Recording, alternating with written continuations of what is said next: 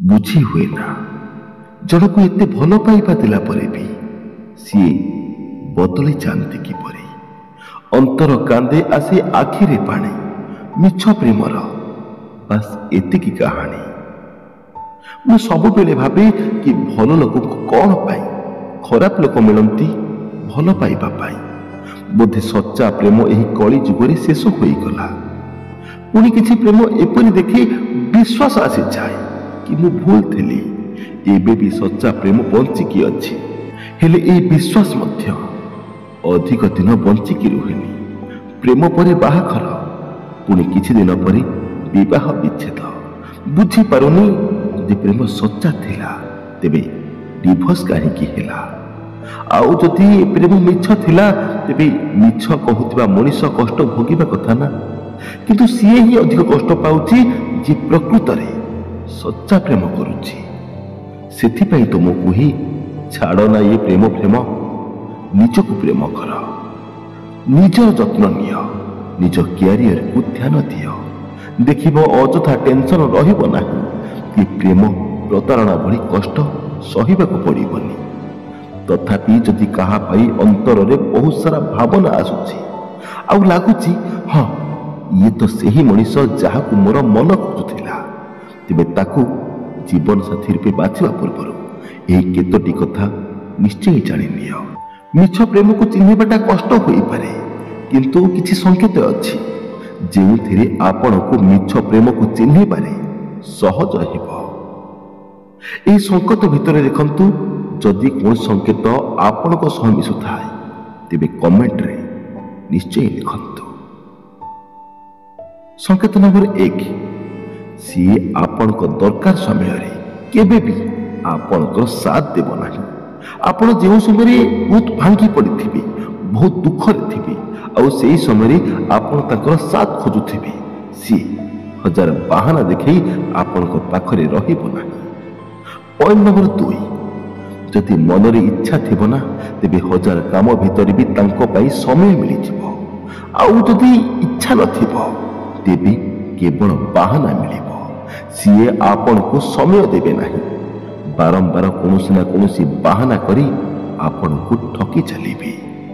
Point number 3, ସିଏ ଆପଣଙ୍କ ଭାବନାକୁ ବୁଝିବେ ନାହିଁ। ଆପଣ କ'ଣ ଭାବୁଛନ୍ତି, କେଉଁ କଥାରେ ଆପଣ ଖୁସି ହେଉଛନ୍ତି, ଏସବୁକୁ ସିଏ ଧ୍ୟାନ ଦେବେ ନାହିଁ।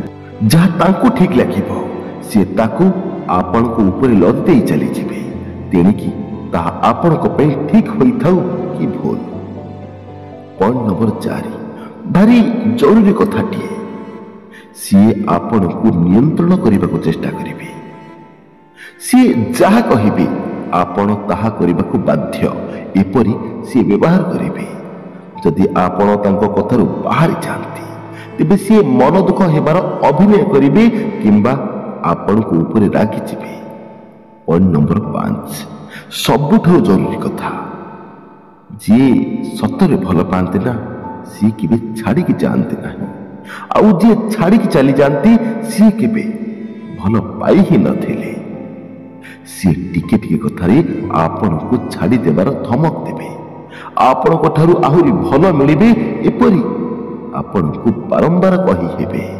ଏବେ last but not the list, ଯେତେ ସବୁ କଥା କହିଲେ ନା ତାଠାରୁ ବି ଅଧିକ ଜରୁରୀ କଥା, ସିଏ ଆପଣଙ୍କ ଠାରୁ ପ୍ରାୟ ସବୁବେଳେ ଶାରୀରିକ ସୁଖର ଆଶା ରଖିବ।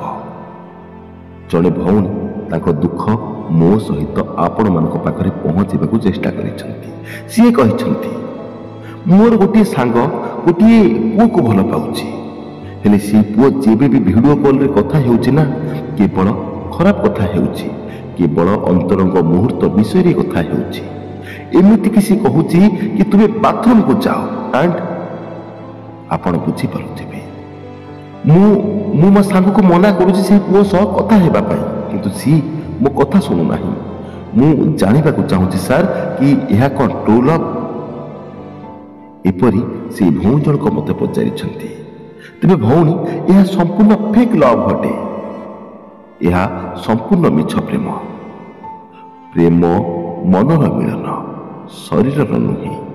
ଯେଉଁଠି ଶାରୀରିକ କାମନା ଆସେ ସେଠାରେ ପ୍ରେମ ନଥାଏ। କେବଳ ବାସନାଯୁକ୍ତ ଭୋଗ ଥାଏ। ବିବାହ ପରେ କାମକୁ ତା ଭାବନା ଆସିବା ସ୍ୱାଭାବିକ କଥା, କାରଣ ସେତେବେଳେ ଶରୀର ମିଳନ ଦରକାର ପଡ଼ିଥାଏ। କାରଣ ସେତେବେଳେ କେବଳ ପ୍ରେମ ପାଇଁ ସମ୍ପର୍କରେ ଆମେ ବନ୍ଧନ ବାନ୍ଧିନଥାଏ, ପରିବାରକୁ ବଢ଼େଇବାର କଥା ମଧ୍ୟ ଆସିଥାଏ। ମନେ ରଖନ୍ତୁ, ଦେହର ଛୁଆଁରେ ପ୍ରେମ ହୁଏ ନାହିଁ, କାରଣ ପ୍ରେମ ତ ଈଶ୍ୱରଙ୍କ ଦାନ ଅଟେ, ଯାହାକୁ ହୃଦୟରେ ଯତ୍ନର ସହ ରଖିବାକୁ ପଡ଼ିଥାଏ। ଗୋଟିଏ କଥା କହିବି, ଭାବୁଛି କେହି ଖରାପ ଭାବିବେ ନାହିଁ। ଭଗବାନ ଏହି ସଂସାରକୁ ଗଢ଼ିଛନ୍ତି ଏହିପରି। ମଣିଷ ହୁଅନ୍ତୁ କି ପଶୁ, ସମସ୍ତଙ୍କର ଶାରୀରିକ ଆବଶ୍ୟକତା ରହିଛି ବଂଶ ବିସ୍ତାର ପାଇଁ ତଥା ସଂସାରକୁ ଅଗ୍ରଗତି ଦେବା ପାଇଁ। ଯଦି ଶରୀର ଈଶ୍ୱରଙ୍କ ଦାନ ମାତ୍ର, ତେବେ ଆମେ ଏହାକୁ ନଷ୍ଟ କରିବା କାହିଁକି? ଶାରୀରିକ ସମ୍ପର୍କ ପ୍ରଥମ ଥର ପାଇଁ ସ୍ଥାପନା କରିବା ଏକ ଅଭୁଲନୀୟ ଦୁର୍ଲଭ ସ୍ମୃତି। ଆମେ ତ ପଶୁ ନୁହେଁ ନା, ତେବେ ମଣିଷ ଜନ୍ମ ପାଇ ମଧ୍ୟ ଆମେ ପଶୁଙ୍କ ଭଳି ଶାରୀରିକ ପ୍ରେମକୁ କାହିଁକି ଖୋଜୁଛେ? ଯଦି ବିବାହ ପୂର୍ବରୁ ଶରୀରକୁ ଭୋଗ କରେ, ତେବେ ବିବାହ ପରେ ସେହି ଦୁର୍ଲଭ ସ୍ମୃତିକୁ କେମିତି ସାଉଁଟି ପାରିବ? ସେଥିପାଇଁ ବନ୍ଧୁଗଣ, ମନକୁ ନିୟନ୍ତ୍ରଣ କରନ୍ତୁ। ଶରୀରକୁ ବିବାହ ପୂର୍ବରୁ କାମନା ବାସନାରେ ଜଳାଅ ନାହିଁ। ଶରୀରକୁ ଏକ ଉପହାର ସଦୃଶ ରଖନ୍ତୁ, ଯେପରି ବିବାହ ପରେ ତାହା ଏକ ଅଭୁଲା ସ୍ମୃତିର ସାକ୍ଷୀ ହୋଇପାରିବ। ପ୍ରେମରେ ଯେଉଁ ପୁଅ କେବଳ ଶାରୀରିକ ଖୁସିର ଇଚ୍ଛା ରଖିଥାଏ ନା, ସେହି ପୁଅ କେବଳ ଉପଭୋଗ କରିବାକୁ ଚାହିଁଥାଏ, ଫେକ୍ ଲଭ୍ କରିଥାଏ, କେବେ ଟ୍ରୁ ଲଭ୍ କରିନଥାଏ। ଜୟ ଶ୍ରୀ ଜଗନ୍ନାଥ, ଜୟ ଶ୍ରୀ କୃଷ୍ଣ।